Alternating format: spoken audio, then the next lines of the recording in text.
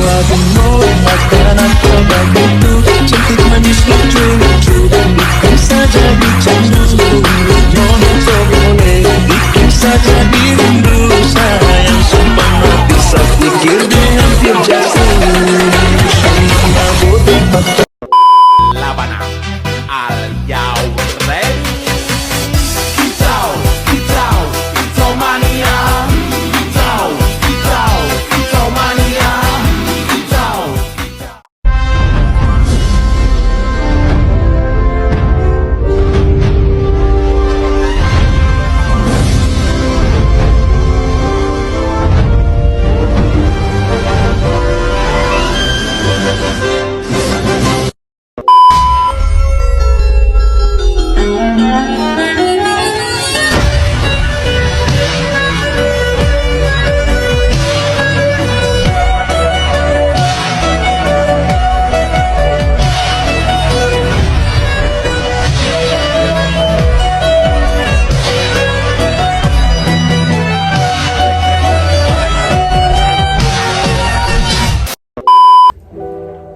Assalamualaikum warahmatullahi wabarakatuh. Perkenalkan, nama saya Tira Shantika, NIM 8783859097 dari Prodi PGSD UPBJJ UT Padang. Di sini saya akan menjelaskan tentang pelajaran sejarah lahirnya Pancasila bagi generasi muda.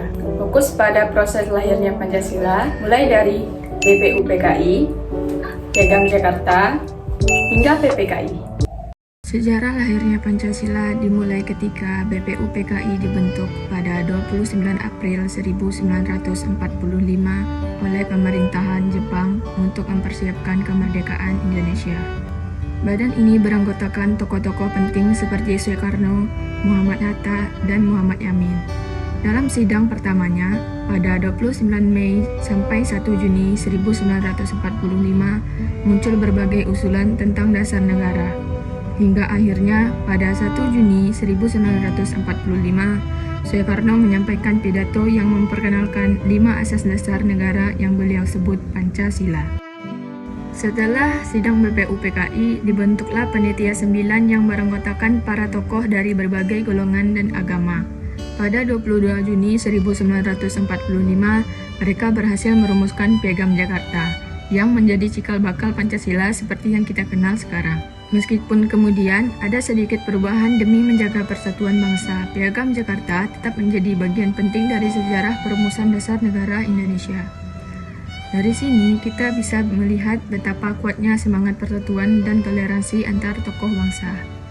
Setelah proklamasi kemerdekaan pada 17 Agustus 1945, keesokan harinya PPKI mengesahkan Pancasila sebagai dasar negara Republik Indonesia. Keputusan itu menjadi tonggak penting yang menandai lahirnya Indonesia sebagai negara yang berdaulat, berlandaskan nilai-nilai kemanusiaan, persatuan, dan keadilan sosial. Dari proses lahirnya Pancasila, kita bisa melihat 2 nilai penting yang sangat kuat. Pertama, nilai persatuan. Para tokoh bangsa rela menurunkan ego pribadi demi menjaga keutuhan negara. Kedua, nilai musyawarah. Mereka berdiskusi, berdebat, lalu mencapai mufakat bersama tanpa kekerasan. Nilai-nilai inilah yang menjadi roh dari Pancasila dan harus terus kita jaga. Sebagai generasi muda, saya belajar bahwa persatuan dan semangat gotong royong itu bukan sekedar cerita sejarah. Di zaman sekarang, ketika banyak perbedaan pendapat dan konflik di media sosial, semangat Pancasila bisa menjadi pedoman agar kita tetap saling menghormati dan bekerja sama. Kalau pendiri bangsa dulu bisa bersatu di tengah perbedaan besar, kita pun pasti bisa menjaga persatuan di masa modern ini. Jadi, pelajaran dari sejarah Pancasila bagi generasi muda adalah persatuan, toleransi, dan musyawarah harus terus kita hidupkan setiap hari. Karena dari situlah Indonesia berdiri tegak hingga sekarang. Jadi, kesimpulannya adalah, dari proses lahirnya Pancasila, kita belajar bahwa dasar negara ini lahir dari semangat persatuan dan musyawarah para pendiri bangsa. Sebagai generasi muda, kita harus meneruskan semangat itu, menjaga persatuan, menghargai perbedaan, dan mengamalkan nilai-nilai Pancasila dalam kehidupan sehari-hari. Terima kasih. Semoga semangat Pancasila selalu menyala di hati kita semua. Wassalamualaikum warahmatullahi wabarakatuh. labanan